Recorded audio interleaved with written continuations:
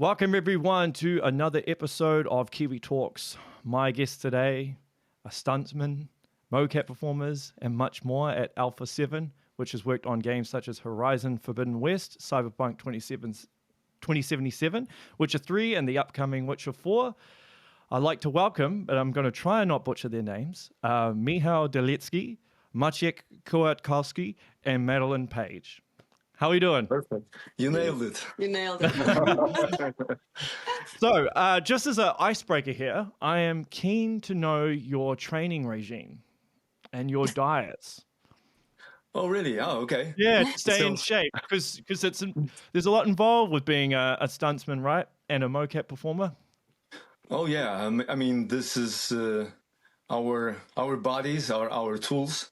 So without it, we cannot do what we do. And staying in shape and staying sharp, keeping your skills sharp and your body fit is absolutely crucial. It will, first of all, it's how we do this amazing stuff that we do, but also the quality of it. So the more we train, the better quality there is, and so on. Yeah, and sometimes even motion capture is a good training itself, because when we do gameplay and we have to do crouches and stuff, it's like a full-on workout. So exactly, 8-hour full-on workout. Yeah. Wow. So, because you need strength training, right, to pull off some of the stuff that you guys do. Well, yeah. It's obviously a mixed training. We need to be flexible and skilled in so many fields. So it's martial arts, gymnastics, and just overall, cross training. So each of us train every day on daily basis, and having also a shoot at the same day makes it a really, really long training, like a whole day training. Gameplay sessions are, just imagine when we record combat animations or locomotion animations. So as for locomotion, we need to record all the runs and crouches and turns and transitions, and we basically just run through the whole day. Yeah, with every weapon and sometimes they're looking for a specific walk, so they're like testing. It's like, oh no, run a little bit differently now, and you're like doing it a million times. So yeah, it's pretty. Sometimes we call it a factory. You know? It's like working in a factory of movements, of animations, and you just go through 200 animations a day, which 50 of them might be different runs or sprints. Wow, that sounds intense. Really intense. Yeah, it is. Okay. It is. Most of the people, I mean, a lot of stunt performers of our colleagues who are not involved in motion capture, and for some reason they accidentally run into a gameplay session. There would be, performing. Then they're like, wow, dude, this is what I never experienced that on a movie set, because doing live action, working on set has completely different dynamics. On set, you basically wait most of the time. They call it the art of waiting. Movie making as a art of waiting, basically. So you wait, you get prepared. All the people involved get prepared. All the departments need to get ready with their stuff, and then we're ready for the take, and that takes sometimes a lot of time, and the take is around maybe 1 or 2 minutes, right? And then we wait again. But in motion capture, you don't have to wait for anyone. It's only you and the system, which being just turn on and off the recording. They turn on the recording, and there you go. It's like a full-time job, like. Yeah, it's a decent job. Yeah. Wow. Yeah, but it's good because it's better than for example, in the movie, because there's no rain, there's no snowing, there's no cold. True. Oh yeah, right. Absolutely. The safe, warm environments. Exactly. That's one of the biggest the coolest things about working in a mocap that you just stay in a nice warm studio. It's like a laboratory, I would say. Yeah, because I suppose if you're shooting on location and it's supposed to be a sunny day and it rains, then the day gets cancelled and that can increase the budget. So I suppose, yeah, from a financial standpoint, I suppose there are perks to that as well. Oh, yeah, absolutely. Sometimes in movie sets, they love to do like summer scenes when it's like fall or close to winter and it's freezing outside and everybody's are in dresses and pretend it's warm and like... It's most of the time we work on summer stories in the winter time and the other way around. It's always flipped.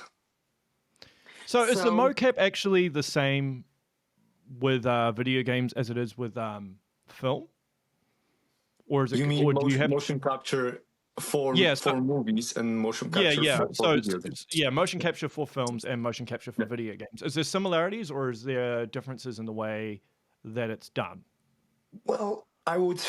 You can divide motion capture in let's say two branches. One is gameplay, so something specifically aimed for video games, and it's something completely different than anything else, right? Gameplay is just, as I said, it's a factory of small little animation beats that we all need, we need to perform. And the other branch is cutscenes and cinematic shoots.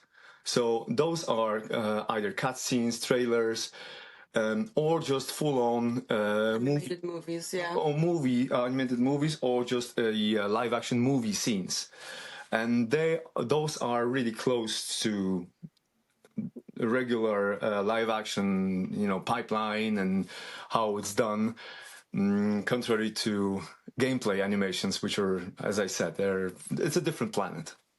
So. Working on a video game and doing a cutscene for a video game might be really similar to doing a scene for a live-action movie. Yeah, I would say it's more like a theater, like a little bit than a movie set, because because actually we have a cameraman when we're doing how do you say it, the virtual camera. When we have on a screen, we can see the real place that we're actually in. The location. We can see the characters. Everything is. Yeah. Right now, thanks to modern tools like Unreal Engine. You can see it in real time, so you can see the virtual reality in real time on screen with the camera motion and everything. So it really starts to resemble a regular movie set. Right? Yeah, we just don't have the lighting. Lighting is absolutely not important. Yeah, well, you don't need it, right? Yeah. So only for the reference cameras. Yeah. Right. And not to get into anything that breaks NDAs, but yeah. Maciej, because you worked on the Witcher 3 and you're working on the Witcher 4, how much has... Witcher 1 and Witcher 2. Yeah, you did do Witcher 1 and Witcher 2. How much has the motion capture technology changed over the years? From when you first started to now? Well, it's super interesting to see how it all worked when I started. And you can still find a Witcher 1 making of online. It's somewhere on YouTube. It's not on the official channels, but it has been posted by some other people. And anyway, there's this behind the scenes of our very first shoot for The Witcher 1, and that was the beginning of 2006. It was in a studio in France. And we had like 6 cameras. Just 6? Yes, 6 cameras. There were way less markers. I don't even recall how many markers there were, but they were like huge, stiff balls on a couple points on the body. And the volume had only, so the volume is the scene that the actors, the performers can move in, and the motion is captured inside of the volume. So the volume was a circle 4 meters in diameter. So it was super tiny. And with this setup, we had to record the whole locomotion system and the fighting system and so on and so on. It was the process was rough. It was really really rough, and also the data was rougher, and so many things. I don't want to get into details. I really encourage everyone to look up for this making of, so we can really see and compare it to what we are doing right now to other BTS from nowadays. It's a completely different planet, but also lots of things stayed the same. A lot of things stayed the same, like the basis, the overall method stays the same. Throughout 20 years that we are doing motion capture right now, we are still using the same technology. It's still optical systems, optical motion capture systems that give the best results. And AAA, not even AAA, even indie developers rather do it with optical systems than any other. So Maciej, obviously becoming Geralt in The Witcher was like a lifelong dream for you. I'm sure it was surreal at the time. Did you have any bit of imposter syndrome when you first ended up getting the role? Were you like, am I able to do what they require of me? Or were you just guns blazing? Well, so I don't know if you know that, because I tell it on every occasion, because people tend to ask about this. So basically, before we went for the audition for The Witcher 1, me and my colleagues were all like hardcore Witcher fans since we were 13. So we read the books when we were like teenagers. It blew our minds. That made us go into fencing, historical fencing, martial arts, and thanks to martial arts, we also started learning stunts almost at the same time. So, and from that moment, I mean, at this time when we were like 14, 15, we were like combining all the skills we were learning. Also, stage choreography, the stage fighting we learned, as for learning stunts, and martial arts and sword fighting. We're all combining this to recreate the Witcher style in our free time. So when we went for the audition when I was 20, 21, it was already at least 6 years that I have been figuring out the Witcher style and training it. So for me, it was like, just let's bring it on, you know. I was so happy and that was also the moment that it clicked during the audition, when they asked for something specifically from the Witcher world, like the move, and I did the first pirouette, and they were like, "Yeah, that's it. You know, this is the thing we're looking for," because they auditioned some other stunt groups who presented more traditional stage fighting style, like a regular, movie stage fighting with swords and sabers and rapiers, whatever. But no one did it as we did, because we were focused on the Witcher itself, and that's what they were looking for. So I was just super happy, super excited, and more than excited that it was, as you said, a bit surreal. It wasn't that surreal because at that point we didn't know it will turn out that how it did, right? I mean, we're doing Witcher 1. We were, at the beginning, I was a little skeptical about the outcome, because Polish game dev wasn't really a thing back then, and I didn't really believe that Poland can develop just, a great game, even a good game. I didn't think it would be even good, and it turned out to be it would turn out to be the best. It blows my mind from the perspective, if I think of it, it's surreal, really. So how's the industry in Poland now these days? Because especially I feel, like after The Witcher 3, I mean, that really, really put CD Projekt RED on the map and Poland on the map, I feel. So has the industry grown exponentially since then in Poland? How's everything gone in terms of the Mocap performance studios? Are there more of them? Just the industry overall. How is it these days? Well, thanks to first of all, thanks to this huge success of Witcher 3, all the people around, from even outside, especially from outside game dev, figured out that there's a lot of money to make.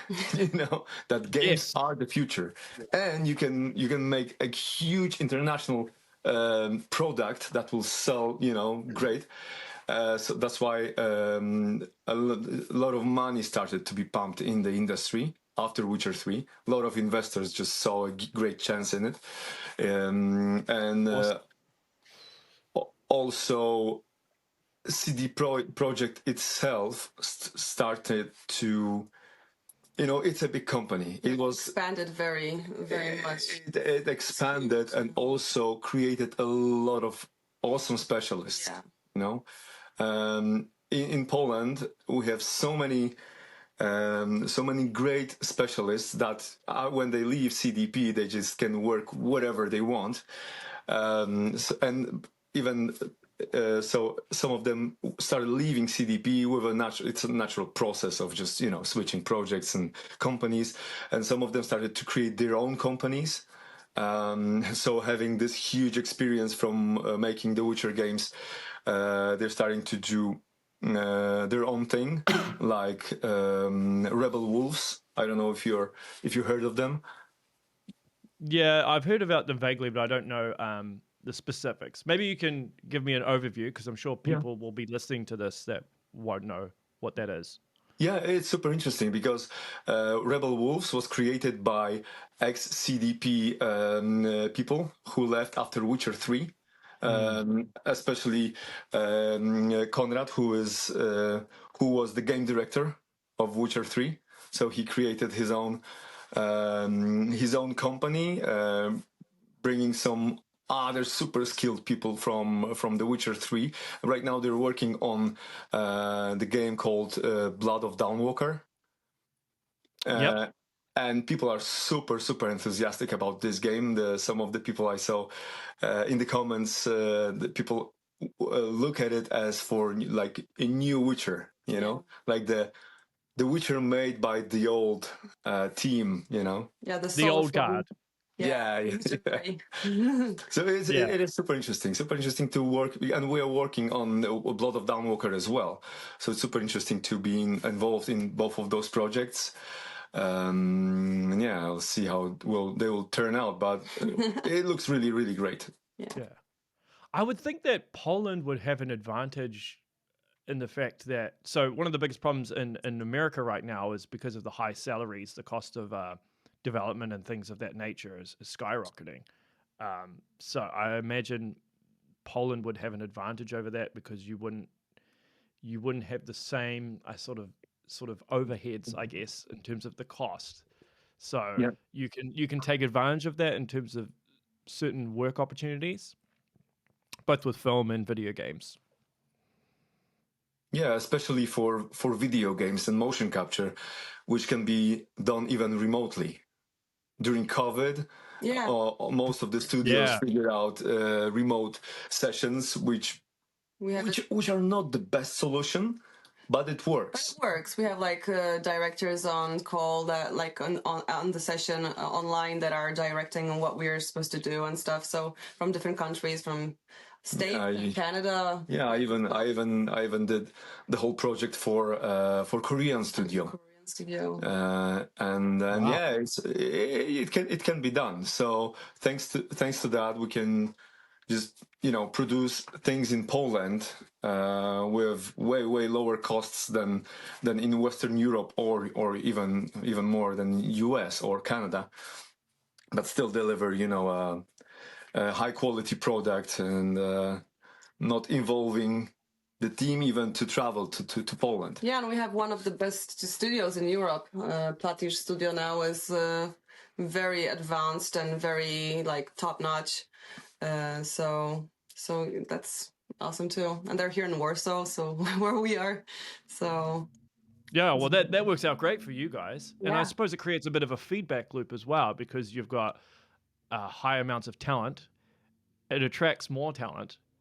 Therefore, it increases obviously the amount of work that you get as well, and good for training up new people. Because I think when you guys started, there wasn't really an industry around in Poland. So, as for you mean game dev? Yeah. Like you said before, right? When you first did the Witcher, that wasn't really much of a game development industry. Oh yeah, and motion capture. There was very limited work. Well, no, there was no motion capture studio in Poland back in 2005. The first motion capture studio was set, I don't know, 2007, maybe 2008. Because didn't you do the first Witcher in France? That's where you had to shoot the motion capture. Yeah. The first session was in France, and then we were going to Metric Mines to Frankfurt for a couple of years. Wow. Yeah, we had to travel outside of Poland for some time, but then Witcher 2 was already shot in Poland in a pretty good studio. Yeah, that's when cool. He was shooting the Witcher 1, I was 10, so I didn't have the problem then of working motion capture. I'm that old, yeah. So you guys all worked on the cinematic trailer for The Witcher 4? Yes. Yeah? What was that experience like without breaking any NDAs here? Well, we can easily talk about the trailer already. Yeah, the trailer got released, so we have a green light to talk about it and talk about the behind the scenes and everything. Yeah, well, for us it was just another day because we've done so many of different projects and different shoots. And we already also have been working with CDP for so many years. It was shot in Platige. Oh, he's out again. It was shot in Platige, so we knew all the people involved. And I guess we were really well prepared. Everyone who was involved was super professional, super skilled and experienced in the field as well. Our performer Nila, who was performing Ciri, she's just also a super experienced motion capture performer. We were ready with this funny Bauk rig. If you saw the making of. Yeah, I saw some of the behind the scenes footage. It looks amazing. Yeah. So we created this whole rig to represent Bauk and his piercing arms for the fighting scene, so that Nila, the performer, would have actual, physical things to fight with. And it was like a huge rig which was controlled by 4 performers. I mean, one performer was controlling the upper body. 2 were each. 2 of the performers were. Each of them was controlling one of the piercing arms, and me, I was connected to it by wires, and I was performing his body, the Bauk's body. So it was like a huge hybrid, human composite hybrid that we created physically on set. And there was an actual rig, Bauk's rig, put on it in 3D, and it really worked. Like, it was amazing. I was blown away how well it worked. How long does it take to shoot? Well, we had. I think you did it in 3 days. 3 days, 4 days. I don't remember. Yeah, because there was the main plot. Which took there was, but there were a lot of pickups after that. Yeah. I mean, there's a lot of detail to fill in afterwards. Yeah. So all the people, the crowd reactions. There's this one bigger scene with a lot of people involved, a lot of characters involved. So you had to cover all the characters. So that takes a little bit more time. But there's we did first a day as an acting day. So only the talkie scenes and talkie parts, and basically pure acting scenes. And then we had, I guess, 2 days for the action, which was also divided into some sequences.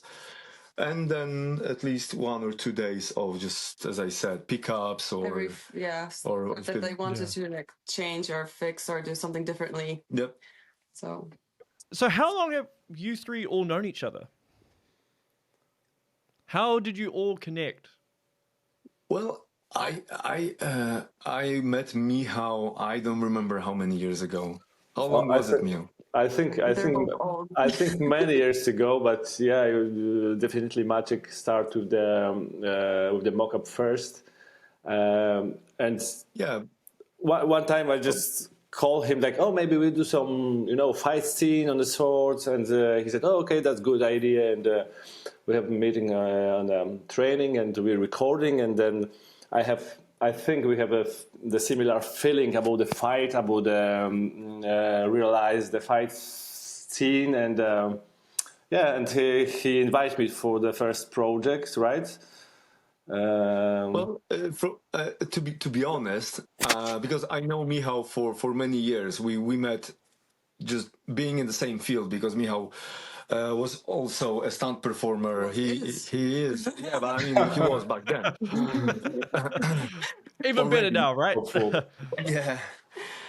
So we just met doing similar things and just training in the same gym and so on. And I saw what Michal does. I saw his skill and the way he moves, and for a long time I knew he's gonna be great in motion capture. Yeah, and I joined the team 4 years ago. Yeah, and Maddie is with us for 4 years. So yeah, Maddie is the fresh one here.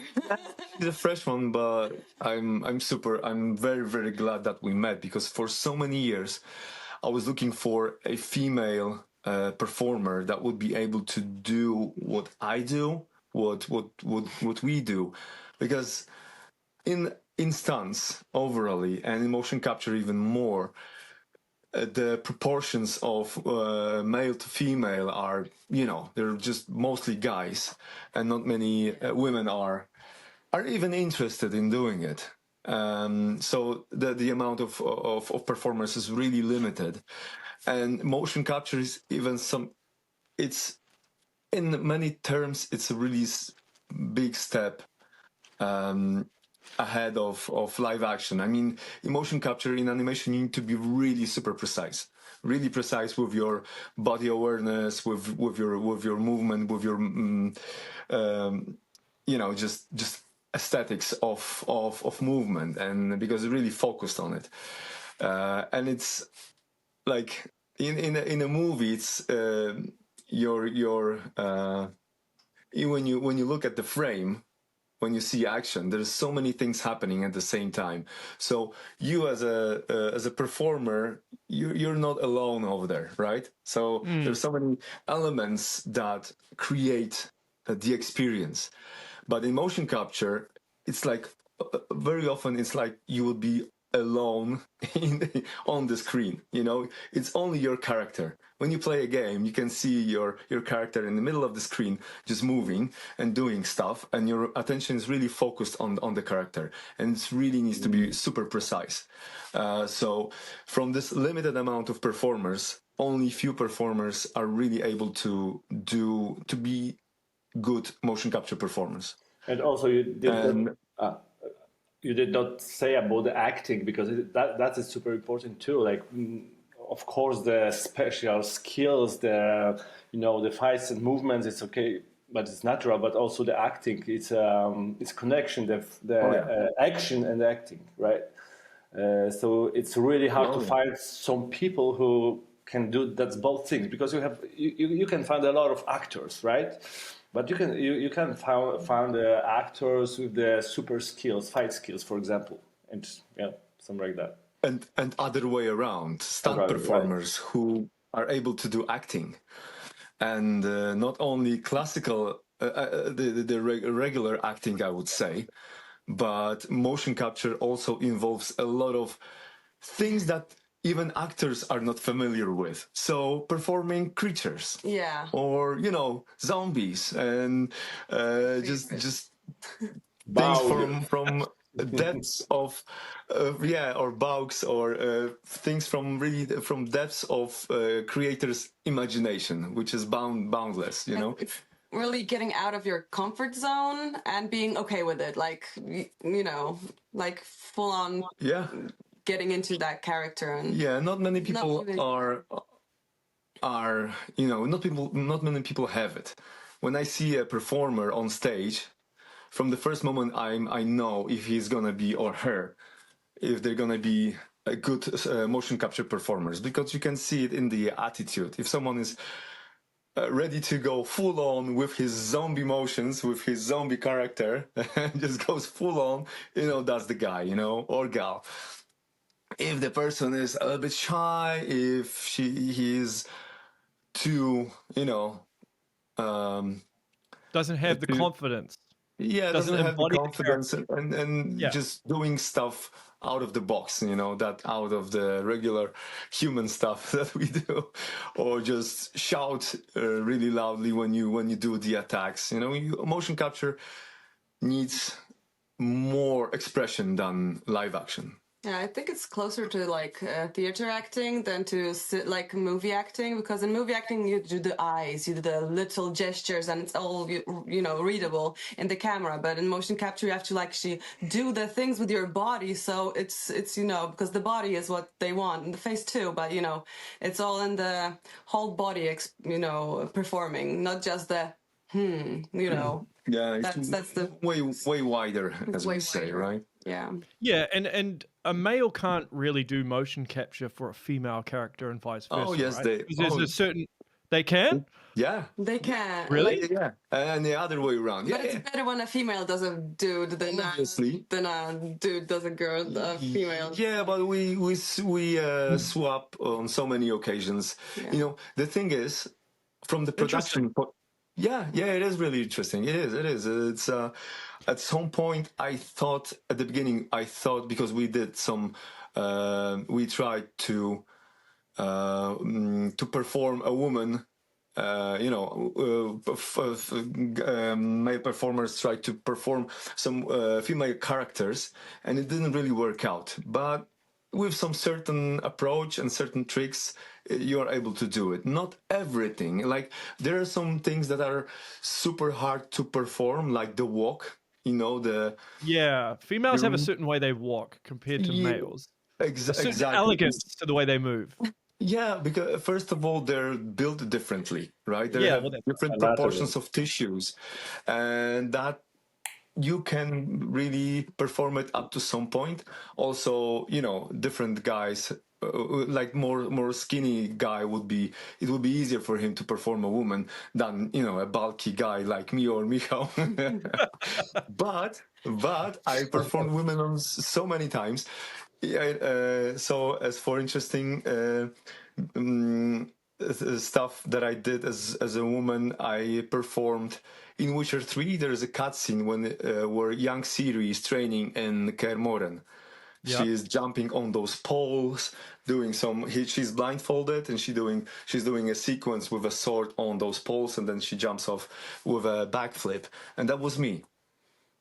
I performed young Ciri. Yeah. Well, and the thing, the reason it happens is from the production point of view. From the so you hire. You have a bunch of things to record at the certain day, right? So let's say it's 95% male animations, but there's 5% of female animations. And for the production, it's way cheaper to involve only male performers, or even one performer, and for him to try to perform a woman, and then they will deal with it in post-production, than to hire another performer and to pay it for the whole day just to perform a couple animations. Yeah, sometimes it works, sometimes it doesn't. Sometimes, but it's easier for girls to turn into guys, and like I did plenty of soldiers and stuff. So even in Cyberpunk, the background guys that you don't actually focus on, but you know, so that's easier because I can just stiff my body and like I'm a dude now and pretend that I'm a dude.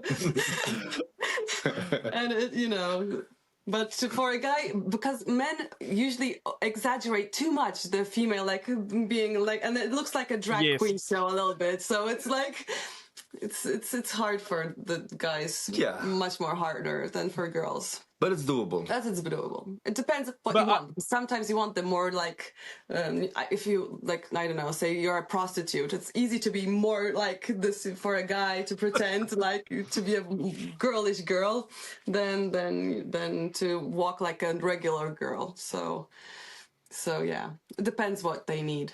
But everything is possible in motion capture. They can like do everything from parts of bodies. That's the thing. There's a lot an animator can do in the post production, in the post process. A really skilled animator can deal with an animation and make it work, basically. Yeah. Whatever that is. That stuff is fascinating. There is there's so many interesting things. Yeah, but we can talk for hours about the whole. And also, it's so hard sometimes to describe those things, because some of them are kind of technical, but it's different than anything else, for sure. Well, it's probably one of those things that's better to explain through visuals, just showing what you mean as opposed to using words. Because there's so much nuance to it, I guess, in terms of the movement and everything that you do. Yeah, I think that the Avatar making of sold it the best because it was such a big movie and they used motion capture for most of it, and everybody like discovered, oh, they did it this way, and everybody like has the gray suits with the markers and visualize in their head when you say, oh, like in the Avatar, so like, oh, okay, so I get it now. So that helped a lot, because before that I don't think that motion capture was like a big thing. When I tried to describe motion capture to someone, I always referred to Gollum, because that was the first pop culture character that was really done in a. Yeah, it was the first. If you like Lord of the Rings, because I don't like it. I wouldn't know that Gollum was made in motion capture. Lord of the Rings. Okay. Yeah, she's Team Harry Potter. Harry Potter over Lord of the Rings. Wow. Yeah. It's a small minority, I think. Yeah, well, different generation. True. Yeah, well, that's true. That's true. Yeah. So, is there one particular character that you guys all found the most challenging? If you had to pick one character that you were doing motion capture for, that was the most challenging, and why?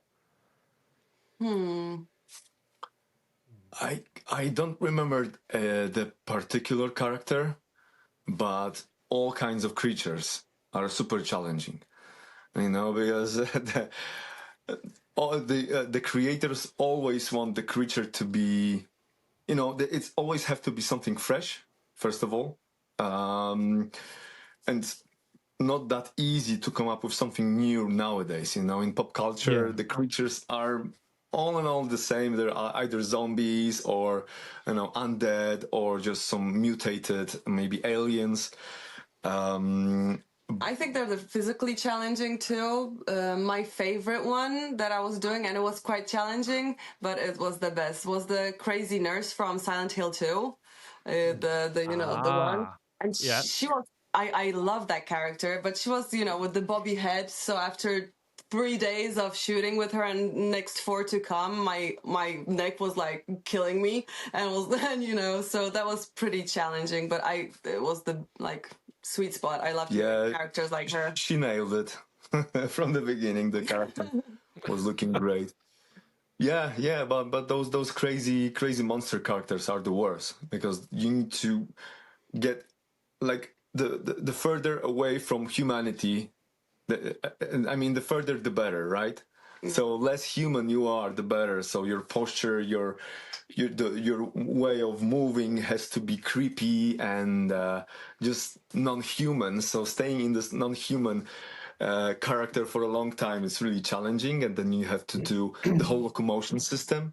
So you need to do all the walks and runs in every direction, being this attacks, reactions, deaths,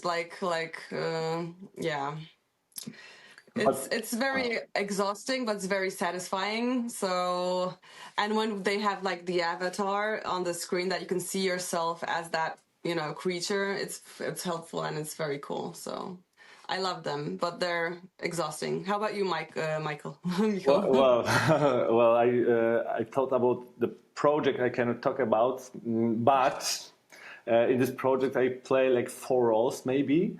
So it was quite weird to play so many roles and change the characters. So that was a little bit, because usually when I play some characters I try to be in characters all day long, for example. But when you have to change the characters, then you have to change also the personality, the way of movement, So I think that was the True.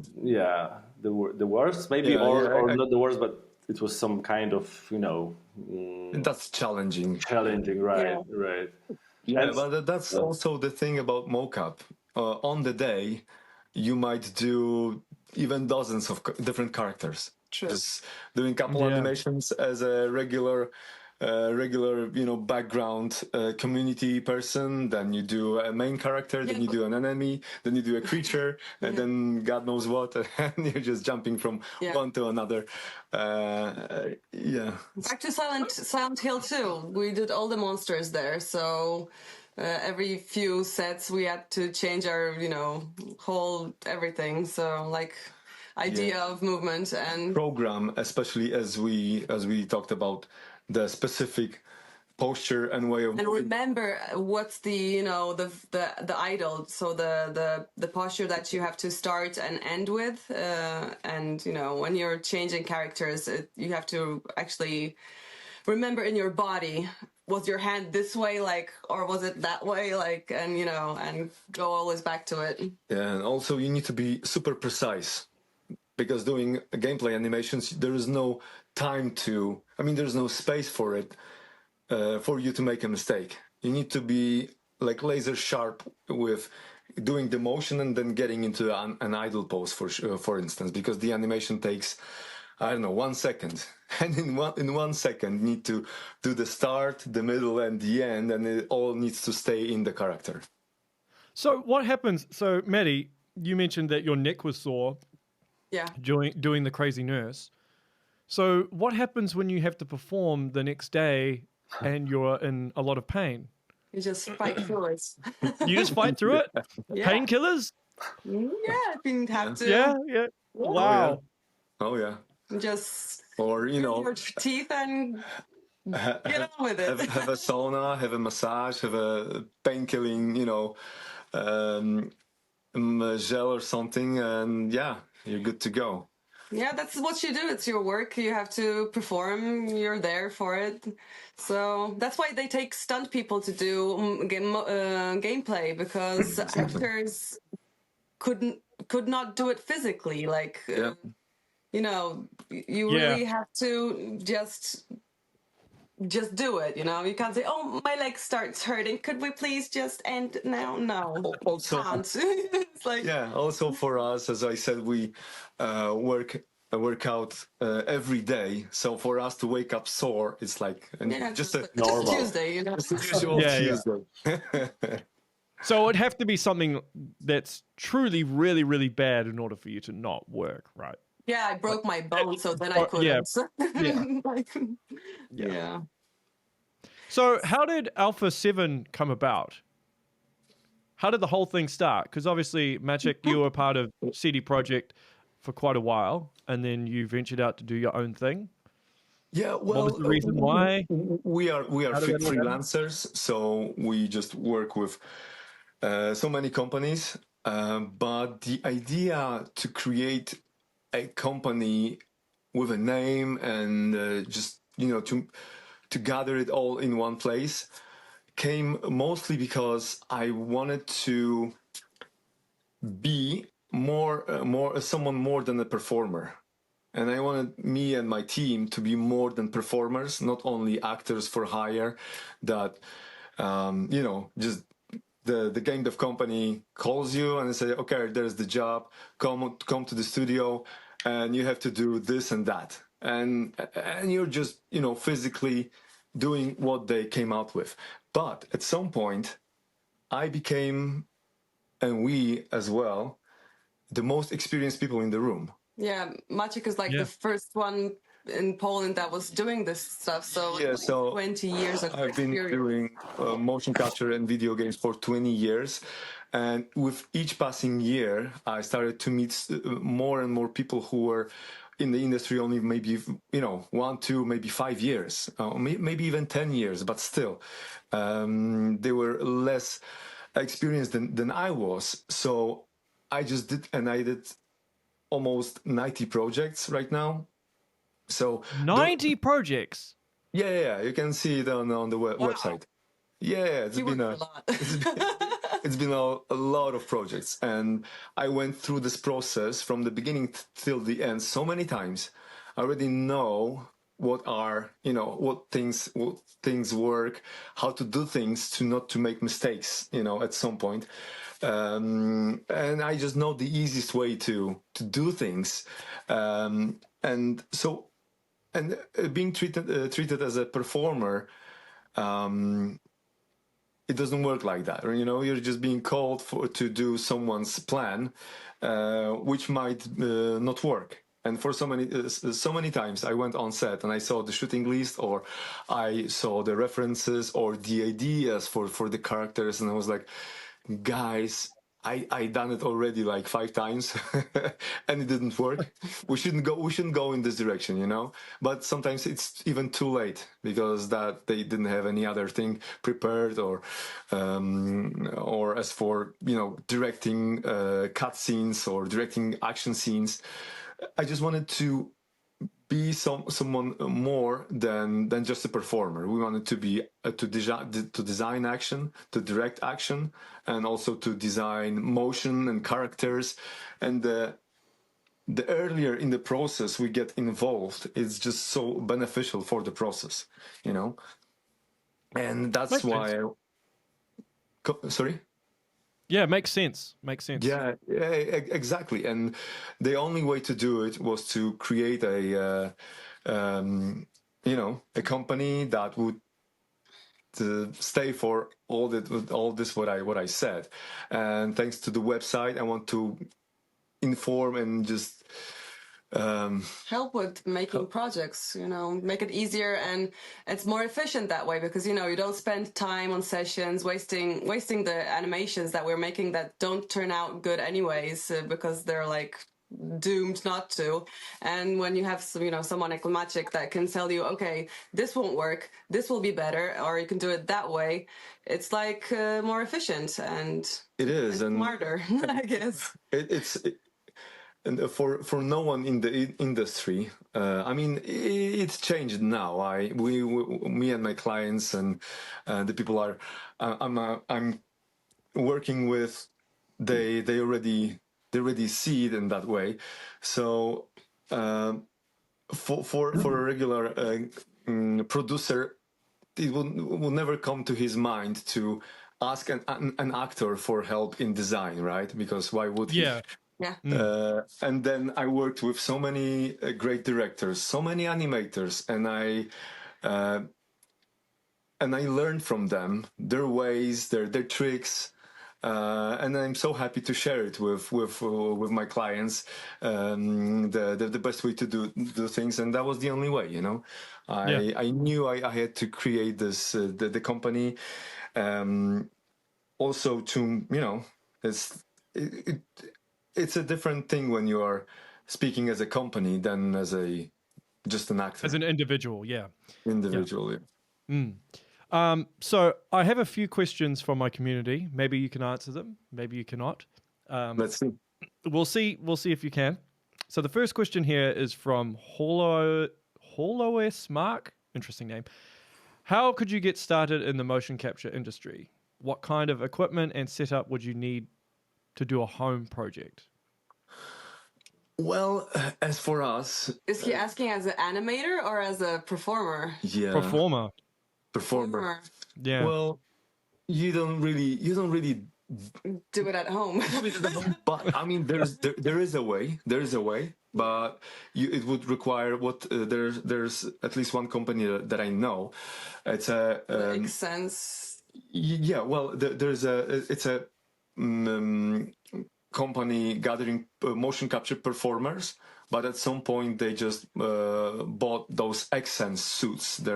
Those are special suits for motion capture that don't require cameras and don't require a studio. It's just a bunch of sensors in the suit that, thanks to this technology, gyroscopes and accelerometers, it gathers data from your moving limbs and then creates animation. So you could just require the suit itself. Yeah, but still, I don't think that they would like order a session from a performer at home. No. But you should have been more specific. Yeah. But yeah, it is doable. But to get into motion capture, it's not that easy. It's a small group of people that are really, first of all, you need to be experienced in motion capture. I mean, there are some courses, like there is this company Mocap Vaults. They do courses like motion capture intros, just preparing performers or even non-performers to do motion capture, to get familiar with the technology, with the way of acting, and so on, so on. So those courses are a great way to get into it. Yeah, I guess you have to be an actor in some way, or if you want to be a stunt person in motion capture, then you have to be a stunt person. Well, it helps, but without any experience, you can also get into motion capture. Yeah, but I think they require you from you have to do a self-tape and stuff if you're want to perform for a project. Like it's like a little bit in the movie industry. You have, how do you call the I've lost the word. Agencies? Yeah, agencies and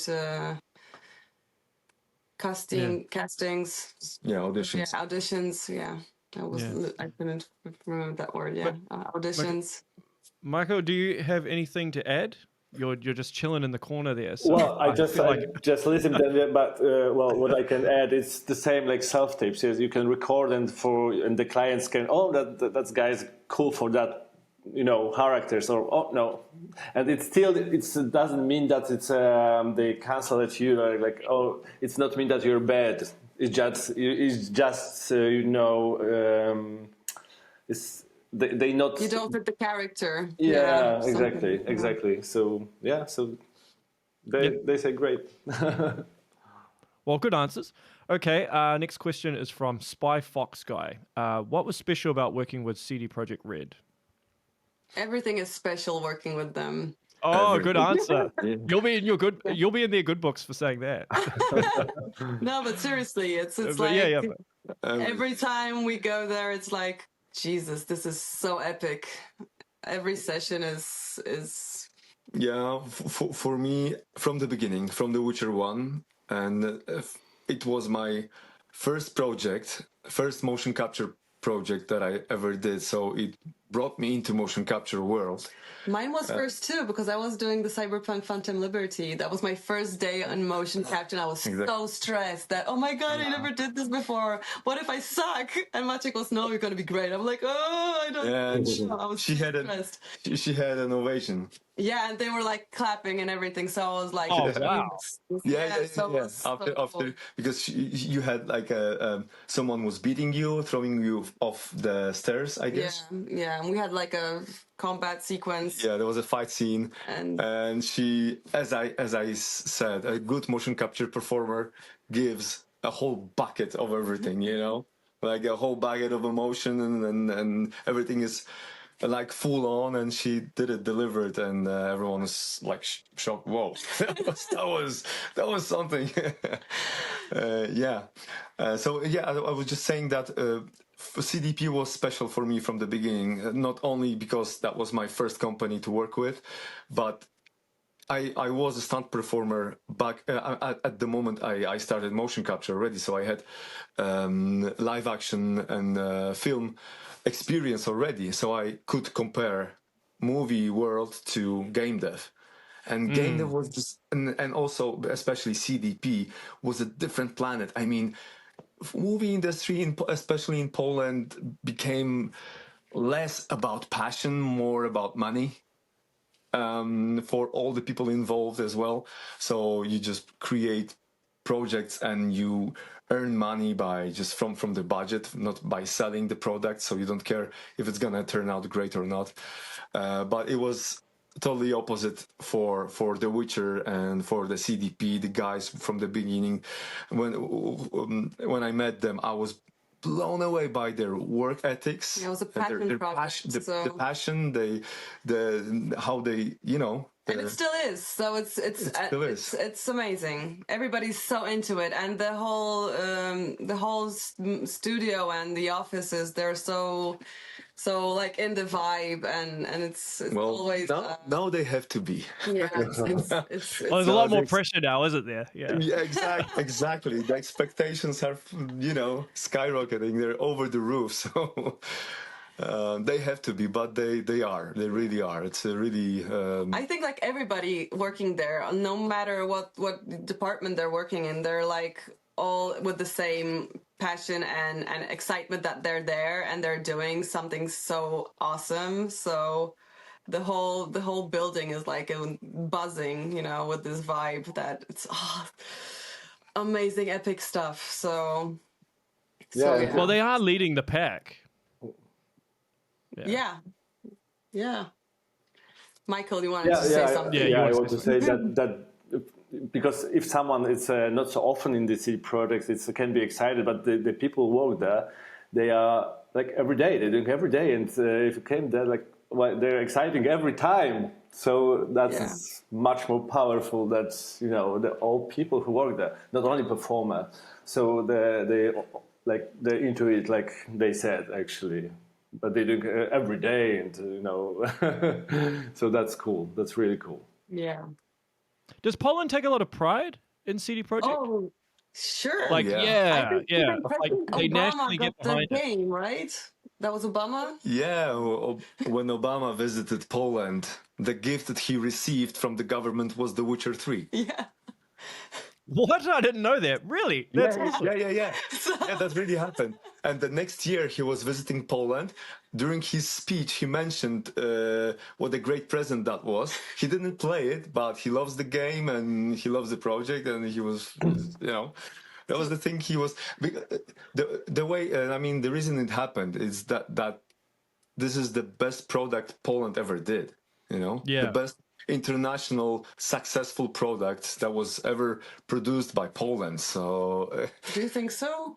It is. In this time frame. It is. Maybe not in the whole time frame of Poland. It is. We had Maria Curie-Skłodowska that I'm talking about discovered an element. I'm talking about the product. Yeah. Something that was created by the industry. Okay. From the game dev industry. Oh yeah, it did a massive thing for the industry. I think it fundamentally changed how fantasy games and open world games are approached. I mean, there are a lot of game devs in the United States that take influence from CD Projekt RED, just in terms of what they did with The Witcher 3. And like even with Cyberpunk, I mean, the only other game that's really kind of like it is GTA, Grand Theft Auto, right? So and Red Dead Redemption. Yeah, Red Dead Redemption. Yeah. And obviously, I'm sure they'll up their game with the next entry, whatever they do, and you guys will be rallying behind them, I'm sure. Oh yeah. Yeah. That's great to hear. So this is the final question. This is from Kenny445. This is going to be interesting because this is like the elephant in the room, I think. All right. We all see how big tech is trying to impose AI on all facets of creation. What are the benefits and drawbacks to implementing AI tools into your workflows, motion capture? Yeah, that's super interesting right now. Yeah, that's a hot topic. Yeah, we don't quite know where it's going to go, like in the final form, but in the form right now, it's going to for sure help us in the form not to do the whole like silly animations, the boring stuff that the monotonous stuff. Yeah. As far as I know, because I've always thought that AI would be good in terms of dealing with repetitive, monotonous tasks. But anytime you want it to do something specific, total failure. Now it works. Specific and also in a specific style. So all the style is you cannot achieve it. You cannot achieve anything creative with AI so far. Let's see in the future, but so far it's good to create the generic stuff. So the let's say the background or just I heard that Movella, there is this company, this AI system for animation, and it uses layers. So as far as I know, it works like you can record a move, a walk, and then record a specific way of one actor's moving, and you can transfer it into this walk. So let's say you record a regular person walk, but also you have a obese person style, and you can put the obese style on the existent pre-recorded walk and existent motions. So normally, I mean, it just expands the amount of animations you can get in the game like greatly even we did some animations for the engine that they put into for the AI to to not to have to perform the same things for different for different characters. Like mostly I think they're gonna use it for NPCs for now, unlike and stuff like that in the background. That's and that's easily done for NPC. I don't know how far it's gonna go, and that's a little bit scary, but I hope I'm gonna be old and retired when the motion, when the AI will be as awesome that they will not need actors anymore. So they say that for high-end creative work, it's AI won't do it for many years. Hopefully.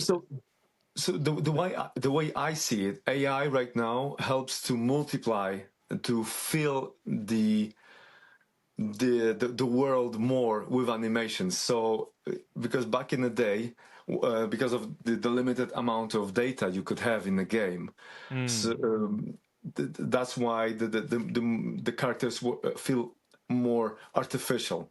They have less detail in motion, right?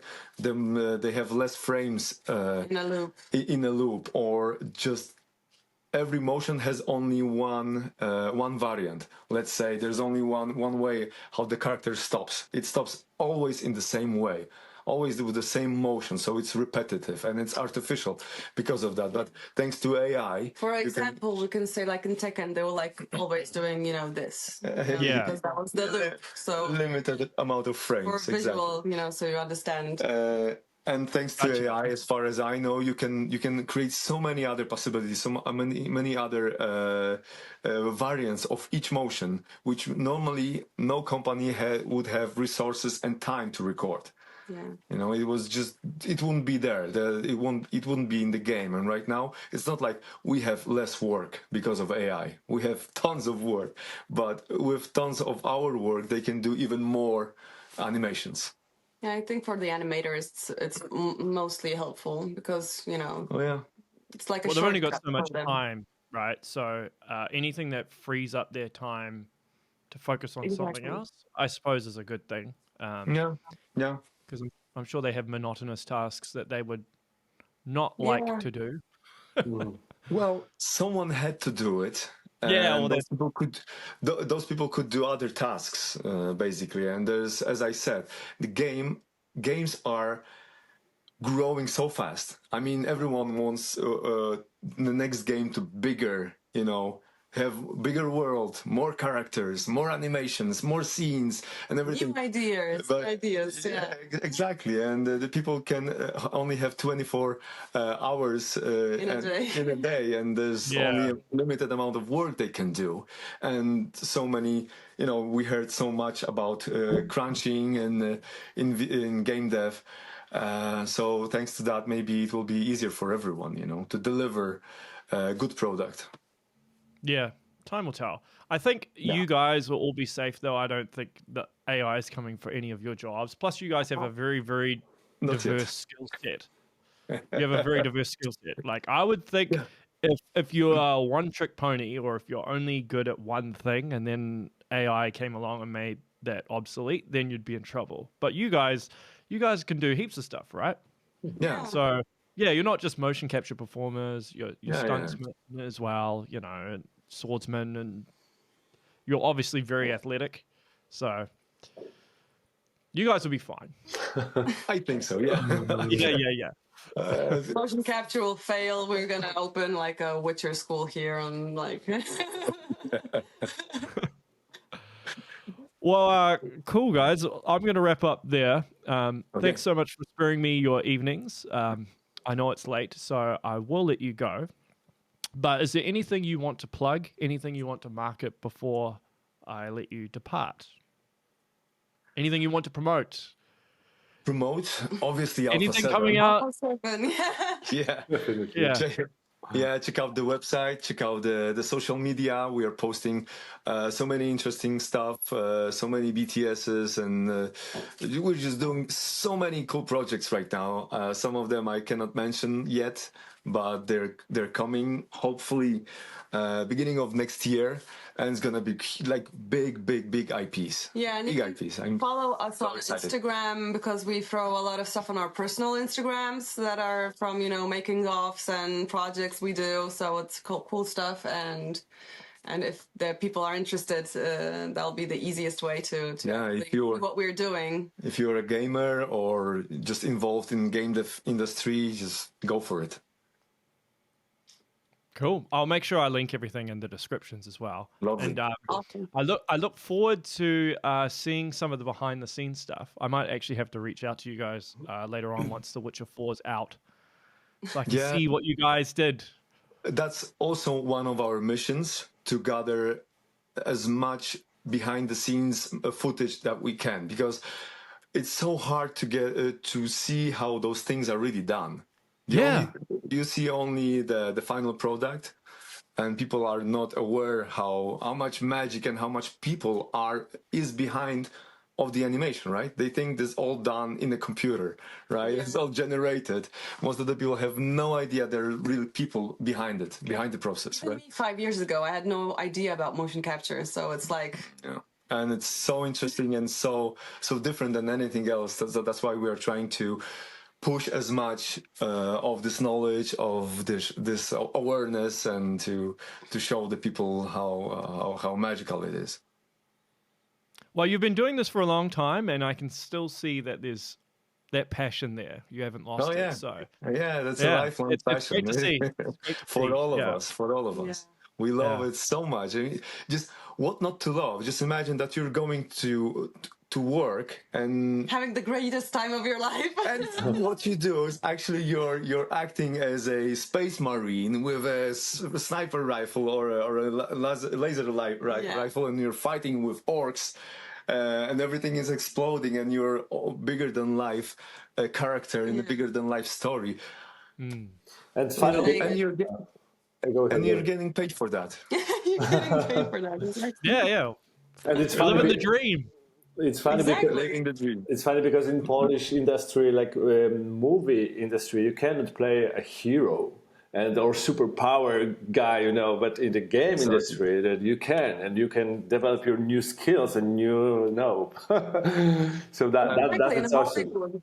That is awesome. Everything in live action, it's mostly down to earth. Yeah, if you're in Hollywood and you're like a Marvel star, then of course you do awesome stuff, but how many people have the option to be like a superhero, and in the motion capture, that's mainly what you do. You're like a superhero. You're epic. You're having super weapons. You're flying, doing somersaults and stuff. And it's like not only be cool. Just always be coolest version of yourself. Yeah. So, yeah. And I think I was just going to say, like, one of the cool things about the game industry is, unlike, say, the film industry, where everything seems to be centered on Hollywood, right? You really have to be in LA, I suppose, to really get the full experience with that. Exactly. But with the gaming industry, it's very much global, right? In terms of, you've got people in Japan, you've got people in the States, obviously Poland, which is playing a big part as well. So there's more opportunities, I suppose, from a global perspective.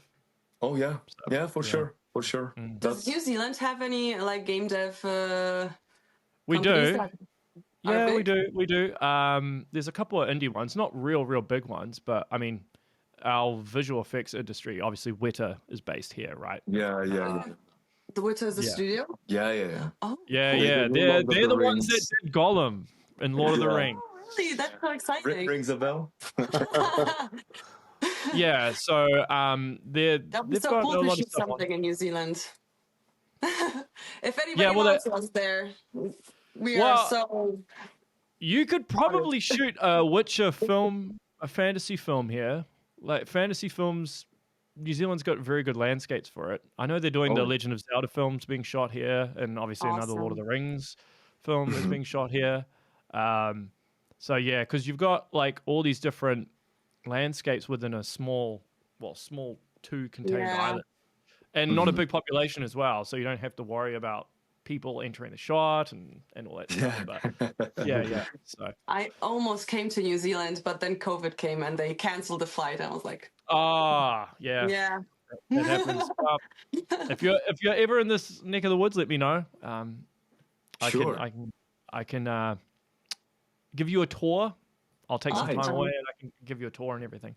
But that is the show, everyone. Thank you so much, guys, for sparing me your evening. I feel like I've learned so much from this conversation, so I very much appreciate it. All the best for the future. I'm sure everything to do with Alpha 7 will continue to grow. I feel the industry in Poland is in a better shape than it's ever been, and it's very, very inspiring, and I suppose your aura is inspiring as well. The fact that you guys are so passionate about this stuff. So thanks very much.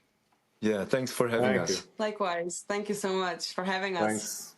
No problem. And if you're ever in Poland, let us know. Exactly. Show you around. Yeah. Funnily enough, my wife just got New Zealand citizenship. So she's able to get a New Zealand passport now, which makes it easier for us to travel. So, and she keeps talking about, I want to go to Europe. I'm like, okay, so we'll definitely make Poland one of the areas we'll stop off in. So you should. Poland is amazing. One of the best places in Europe right now. Seriously, 100%. I agree. Yeah. I agree. If I was to ever move to another country, and especially in Europe, Poland would definitely be up there. Definitely. Yeah. You guys are doing things right, I feel. I guess so. It's weird, but it turned out this way. I don't know how. Yeah. Cool. Yeah. All right. That is the show, everyone. Make sure you share, like, and subscribe. And until next time, stay safe.